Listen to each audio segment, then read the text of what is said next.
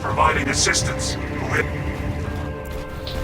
Hey guys, hope you're all doing well. So, common argument on the left is Iran didn't have nukes, Iran wasn't getting a nuclear weapon. Like the left, particularly like Dave Smith, especially in his most recent debate with Richard Spencer, repeatedly made this assertion, presupposition, implication that Iran doesn't have nukes, they aren't capable of getting nukes, they aren't close to getting nukes.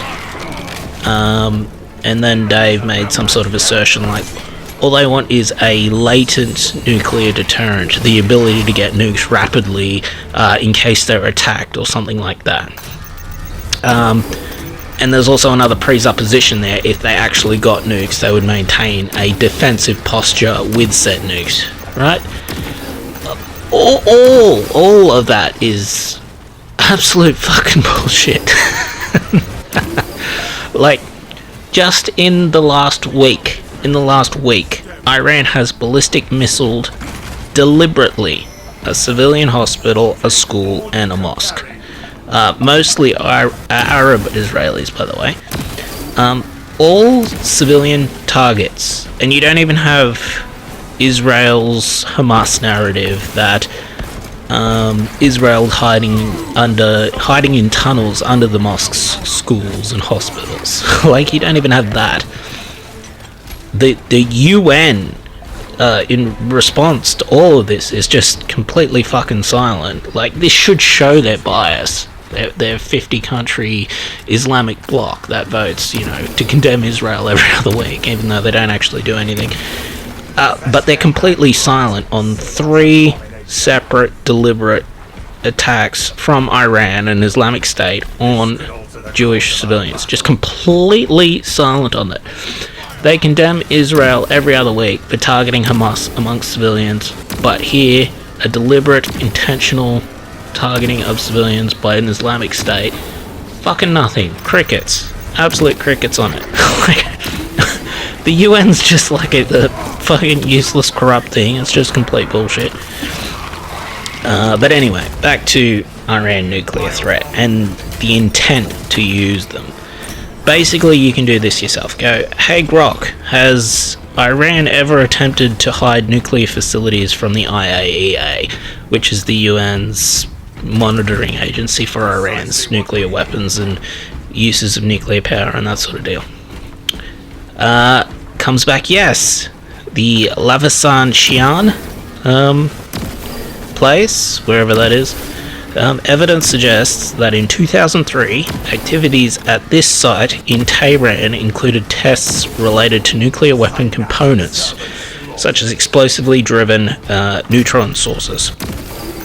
The IAEA found man-made uranium particles here, and Iran's explanations for these activities has been deemed insufficient. You've got another site, Varamin. The IAEA detected uranium particles at this site during inspections in 2019 and 2020.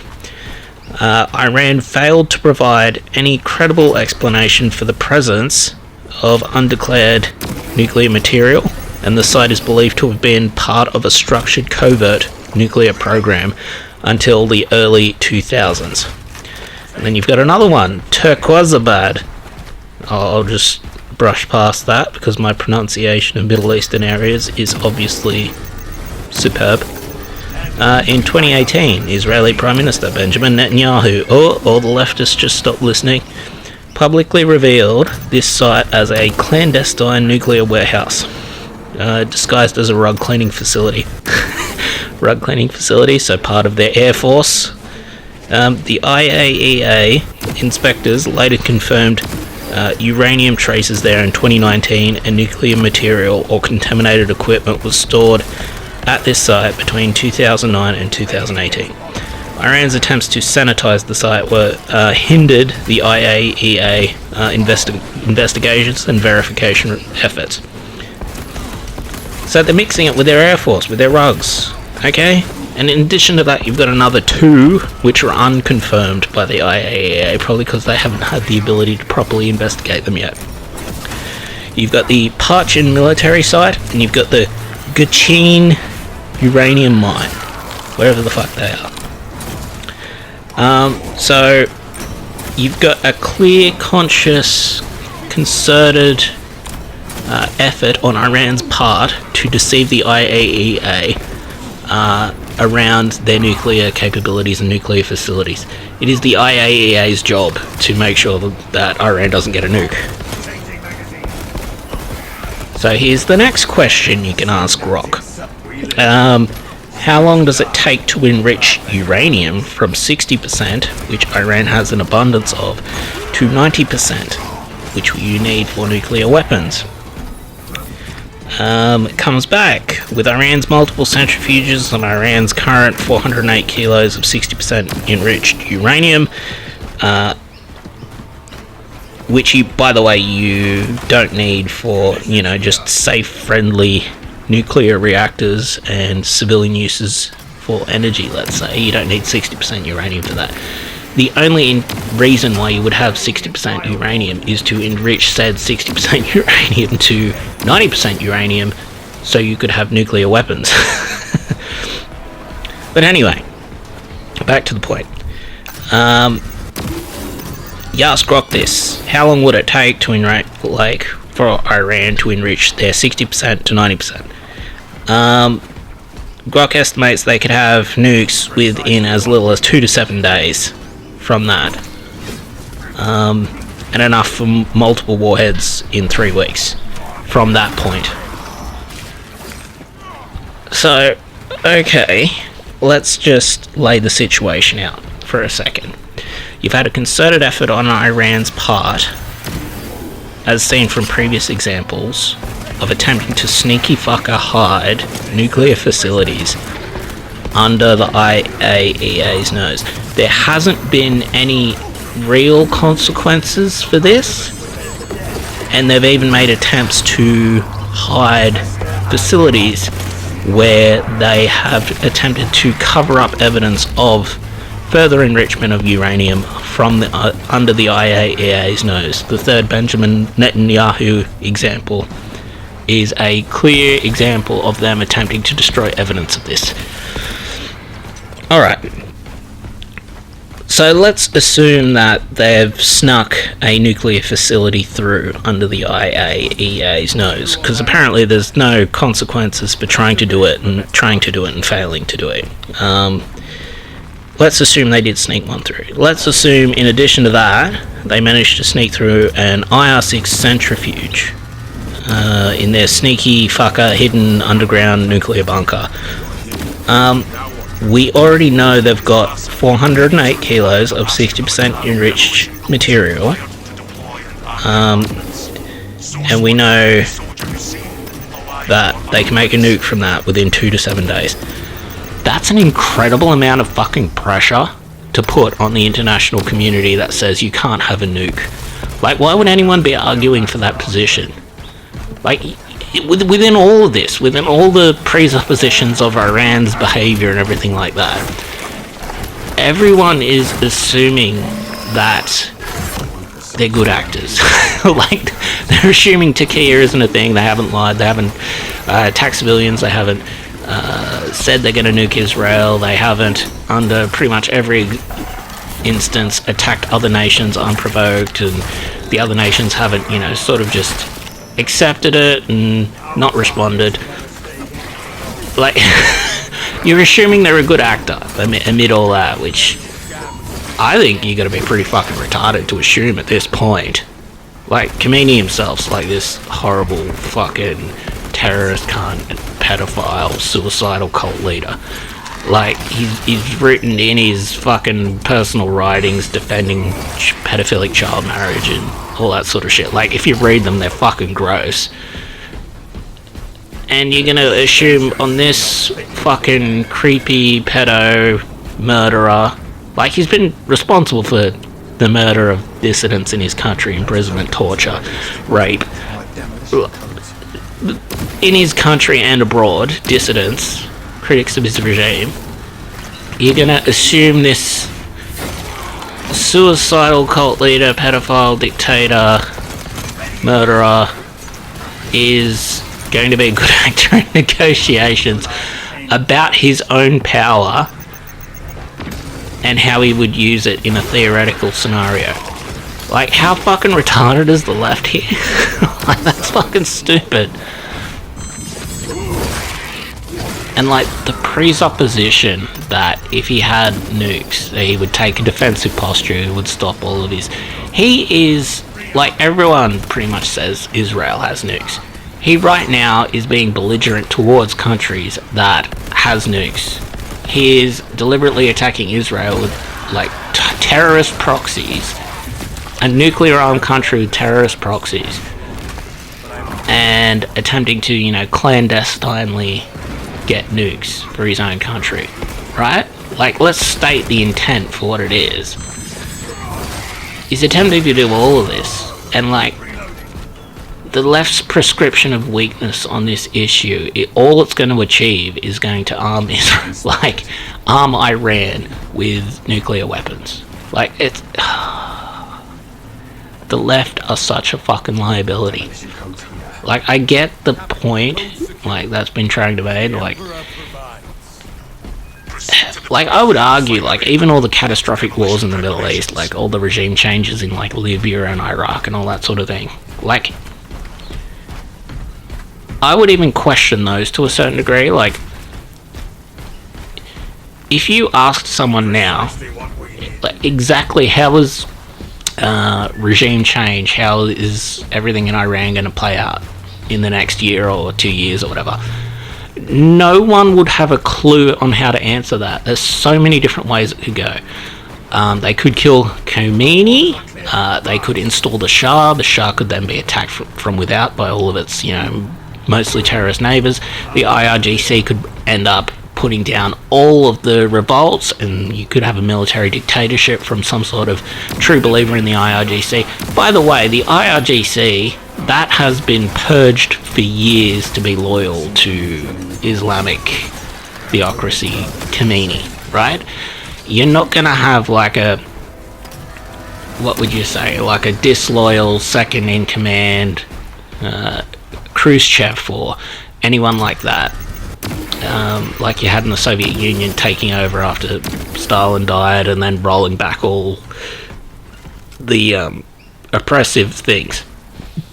That institution, the IRGC, is counter-revolutionary, like, in its core. Like, the purpose of that is to maintain the Supreme Leader's, like, lead. You would only have true believers in there. Because you've only got true believers in there, you're not going to get a military coup from that institution. You would only get more radical true believers from that institution. So that whole institution, the IRGC, probably needs to get taken out.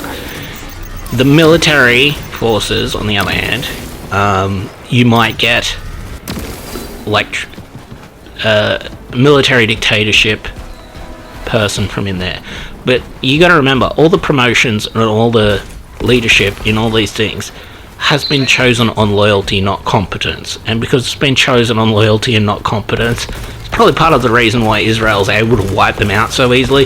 But it's also gonna mean that you're not gonna get betrayed from within from competent people that can see which way the wind's blowing, with Iran getting fucking wiped out by Israel at the moment. But given all that, how would you predict what would happen next, right? Like, it's extremely hard to predict. There's, like, multiple different variables that rely on chance, right? If you ask the US at the time, who were advocating a regime change in Libya and Iraq and all that sort of shit, if you asked them how it was going to play out, like it's the fog of war. How would you predict that, you know, various terrorist groups were going to, you know, rise up and overthrow them? Like, there were so many variables there. Like, true, like, in hindsight we can say, okay, look, they're mostly Muslims and they mostly support terrorism. In hindsight we knew that. We probably didn't know it fucking well enough at the time, like, that it was done. But, like, even that with Iran now, like, you can't not act, right? There's a price for action, there's a price for inaction. The price for inaction is, Iran gets nukes, maybe nukes Israel immediately, maybe nukes the US immediately. Their rhetoric has indicated that. At least it then has more security to globally terrorize other countries with terrorism and spread Islam and the caliphate. That's the cost of inaction. That's unacceptable, period, right? Especially when you've got Western countries with extremely fucking weak leadership, like France, like the UK, like Australia, who have imported massive amounts of Islamic people into them. Okay, you're looking at global fucking intifada, global internal strife from Islamic terrorism, and if you want to respond to that in Israel's case, because not Israel's case, in Iran's case, because Iran's funding most of it, you're then dealing with a nuclear power that has the ability to respond with nuclear reprisal. Like, you can't ignore that. Like, that obviously has a massive cost. The cost to what's that mean? Okay, the US is struggling to another regime change war. At least it stays safe at home if that happens, and at least we can sort of push back on the global attempts towards Islamic takeover in these countries through demographic control, which our current weak fucking leaders in most of the free West, France's Macron, Australia's Anthony Albanese, UK's Keir Starmer, they're all ignoring the Islamic threat at the moment. Like, and you get leftists, and you even have the Iranian Revolution, where leftists got betrayed by Islamists, got killed, got imprisoned, got tortured, got purged on 2 separate occasions. One during the war when it was convenient, the Iran-Iraq War, and then one just outright because it was convenient. Like, you still have leftists to this day betraying the West for Islam, even though every historical example you've got, Islamic people just kill the leftists. Like, tell me you're suicidal without telling me you're suicidal, right? It's fucking so stupid. And it was just like all common sense, but no. They never get it. They never understand it. It's like they've started a collection when they've seen Hillary Clinton, and Hillary Clinton was fucked. You don't want her anywhere near the levers of power. Those people are fucking horrible, they're corrupt, they're evil. Fucking just killing people.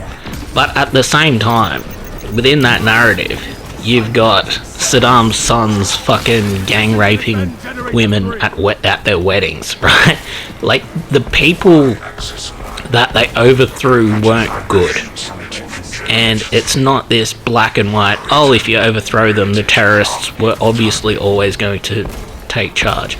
Like, fair enough, the people in charge were fucking stupid for not, like, looking into the situation more and making sure there was, like, a puppet leader that was sufficiently Islamic, yet not aggressive to the West, that you could control. Like, fair enough, you'd want that in that instance. And that, like, killing them instantly was probably not a great idea.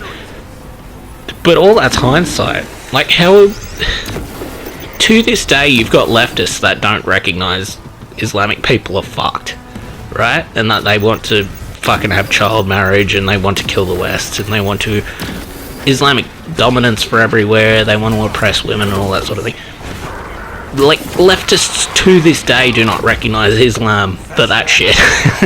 How were we going to ever, give them the benefit of the doubt that they recognise this stuff, which is denied to this day back then, right? Like, that's like another presupposition in their argument, right?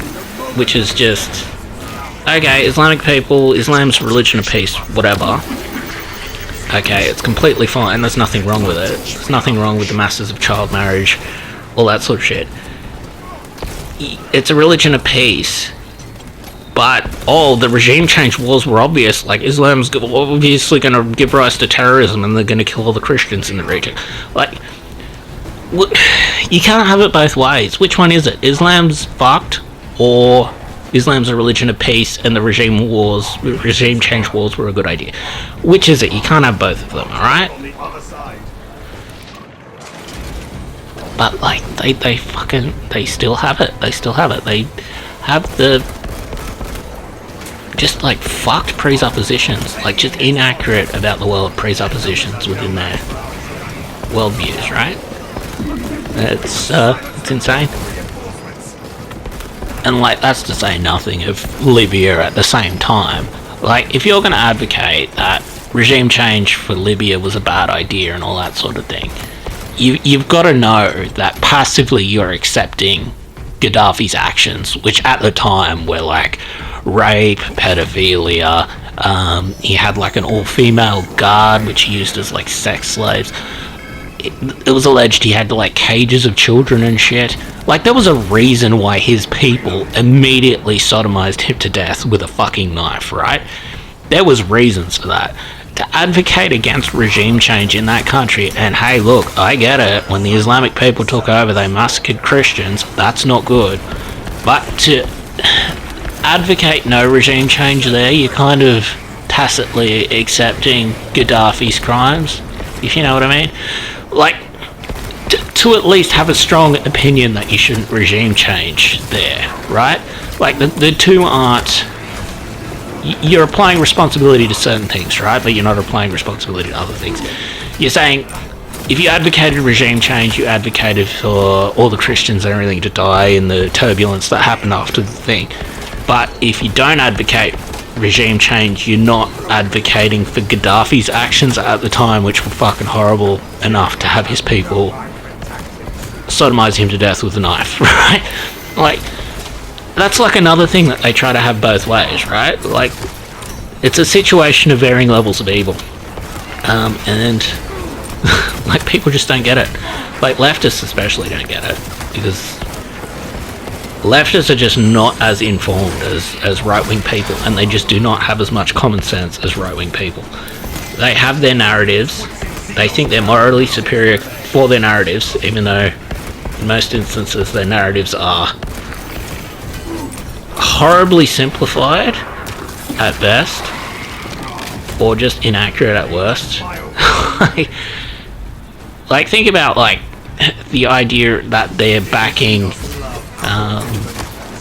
transition surgery for children and how just horrible that is. If you transition a child, they can't have children anymore. But yeah, don't worry about that. Don't worry about the DSM calling transgenderism for the longest time mental illness. Don't worry about that. Don't worry about John Money like photographing half-naked kids play rolling sex acts. Yeah, you don't worry about that. Don't worry about any of the pedophilia on the left. Don't worry about Foucault defending pedophilia like a bunch of times in a bunch of different essays. Don't worry about any of that. Like, it's fucked. It's fucked. They're so badly misinformed, but they think they're so morally superior for the positions they take, and it's like fucking absolutely insufferable. And it's just fucking damaging as well. It's fucked. Like, just think about the situation as it exists at the moment. Israel might have its hands tied taking out Khamenei because there are Russian scientists, Russian nuclear scientists there. It's unclear whether or not the Russian nuclear scientists were clandestinely assisting Iran making nuclear weapons or not. That's unclear. They may have just been helping Iran enrich uranium or whatever. Get it up to 60% for Iran's finger quotations nuclear deterrence without having a nuclear weapon, or whatever the dumb shit the leftists are saying, without openly advocating for Iran having a nuclear weapon, whatever. But just think about that situation for a second. That's going to twist everyone on their heads when you think about the teams involved. You've got, on one hand, Russia, which the left absolutely hates because of Ukraine, and the left will support Ukraine war to the death. And then you've got the right, which is partially accepting of Russia in some instances, and you've got it, but they really don't care if Iran gets a nuclear weapon because they've got a complete blind spot when it comes to fucking Islam. Like, the situation there has just, flipped the sides when you think about it. It's going to give people headaches.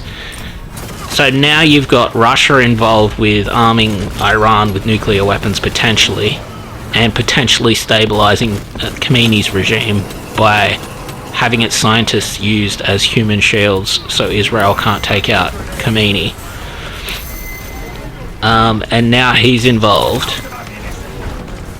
The leftists might see Iran for a threat, and the right wing say, "Oh, Putin's involved. We've got to." like, it's gonna fucking start hurting some people's heads. They don't see. No, Russia fucked. Russia started war in Ukraine, seized land when it shouldn't have, and then you've also got Iran, horrible terrorist state sponsor of terrorism. Funds a bunch of different terrorist states, attacks nuclear armed nations, which is not great. But now Russia involved, we've got to ignore them. like, it's going to start hurting some people's heads, especially with the tribal, divided nature that's not based on principles within the left and the right. It's fucked. Because for some reason the left just continuously defend Iran here. Like, apparently the US is the most evil thing ever, and even though it got quote unquote tricked into regime changes against, let's face it, pretty fucking horrible dictators. Like, the best you can say about those dictators is they weren't oppressing Christians as much as the terrorist groups later oppressed the Christians. Like, that's the best thing you can say about them. That's not to say they weren't oppressing Christians, because they were. Like, and then you're gonna blame the US 100% for the state of the Middle East, and not Muslims, and not terrorist groups that then subsequently took over those nations in vacuums. Okay. Like, it's fucking absolutely wacky. It's absolutely wacky to me. But now that Russia's involved, maybe we should rethink our priorities. It seems Russia wants Iran to have nuclear weapons, at least clandestinely. And we can't have that because Putin bad, and Trump Putin puppet, and all this sort of dumb shit. Like, it does your head in. Like, the mental gymnastics these fucking idiots have to go through. And the right, at least some sections of the right that are like really oddly permissive of Putin. Oh, and while we're talking about other nations fucking escalation to war, Israel is escalating to war despite it's being attacked by proxies, all this sort of shit, like during obvious conflict, like during proxies attacking them, saying, oh, by striking back, Israel's escalating to war. Like, okay, first of all, they're already in fucking war. What is this dumb shit? Oh, if they hit back, they might make them even angrier, even though they're already directly trying to kill civilians. Like, okay. While we're talking about escalation, can we just say Russia giving nuclear scientists to Iran, even though Iran's stated position is it's going to nuke everybody, can we just say that's like a massive escalation on part of Russia? Or do we not get to hold evil nations accountable for their actions? We just hold ourselves accountable for our actions in the face of evil nations, so evil nations get to, like, prosper. Like, what's the rule here? Can we just say that's the worst case of nuclear escalation that's happened in the last 20 years or so? Like, obviously. That's fucking really bad. Now, fair enough, these nuclear scientists maybe weren't involved directly in the making of nuclear weapons, but we can't say that they're not, especially if they're in, like, Khomeini's bunkers, right? Like, we can't even rule out that they weren't involved in the enriching of uranium up to 60%. And the enrichment of uranium up to 60%, that's only got one purpose. That's for nuclear wars. That's for, like, nuclear bombs and shit, right? That's... Okay, that's like step 2. Step 3 is enrich it from 60% to 90%, and that takes 2 to 7 days for one bomb. Like, that's the purpose of it. Like, okay, if Russia's scientists were involved with that, can we just say anything the US has done in the last, 50, 60 years hasn't been nearly as bad as that? Like, that's obviously the worst case of escalation done by any nation in, like, the last 50 years or so. Deliberately arming Iran, and Iran's stated intention is to nuke both Israel and the US. Their stated intention is that. Their political prescription is death to America, death to Israel. Like, giving that party nuclear weapons, or what was Dave's words exactly? Reasonable ability to escalate to nuclear weapons on a short time frame, let's say. Giving Iran that is obviously fucking really bad. That's just turned the temperature up to like 11. Arming radical suicidal Islamists with nuclear weapons. Mind you, it's also been done with fucking Pakistan, and Pakistan hasn't nuked anyone yet, which, you know, we're very surprised about. However, Pakistan has also been irresponsible with its nuclear weapons by arming North Korea with nuclear weapons. North Korea with nuclear weapons is a fucking travesty of an idea. But, like, what do you expect? Pakistan's 70% inbred. Like, of course, they're gonna have lower IQs because they marry each other's cousins there.